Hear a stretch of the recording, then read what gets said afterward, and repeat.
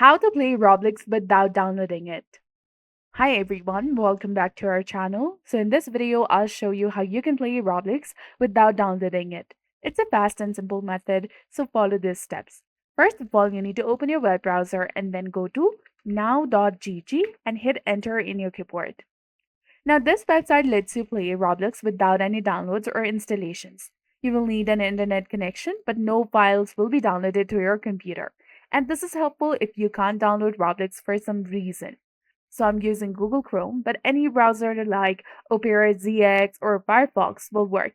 Once you're at now.gg, find the Roblox and just play the game, and you can scroll through the games or search for now.gg Roblox on Google and just click on the first link.